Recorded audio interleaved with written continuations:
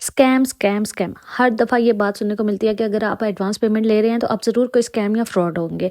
नहीं भाई, ऐसा नहीं होता। जो कस्टमाइज्ड हुई हुई चीज़ें होती हैं ना, उनके लिए पेमेंट एडवांस होनी ज़रूरी होती है, चाहे हाफ़ हो चाहे फुल हो।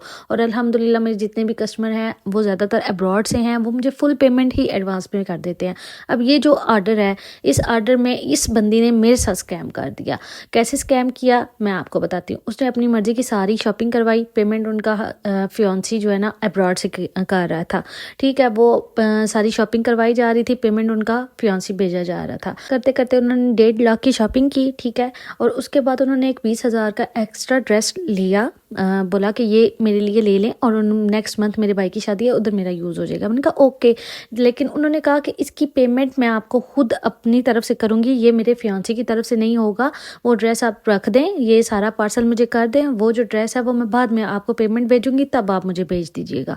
आई वाज लाइक ओके, इतना बड़ा ऑर्डर बनवा रही हैं तो ये कोई स्कैम या फ्रॉड तो नहीं करेंगी। अब इस ऑर्डर में भी इनकी पेमेंट रहती थी, मतलब जितने की शॉपिंग हुई वो सारी पेमेंट इन्होंने करवा दी, और वो जो रिमेनिंग पेमेंट रहती थी वो मेरा अपना प्रॉफिट था। लेकिन इन्होंने क्या किया, इन्होंने कहा इतनी मैंने पेमेंट कर दी हुई है, आप मेरे पे ट्रस्ट करें, आप ये भेज, और बाकी की पेमेंट जो है ना वो भी मैं आपको करवा दूंगी, और साथ जो 20K का ड्रेस मैंने रखवाया है वो भी मैं जो है ना आपको पेमेंट करवा दूंगी। मैंने कहा चलिए ठीक है।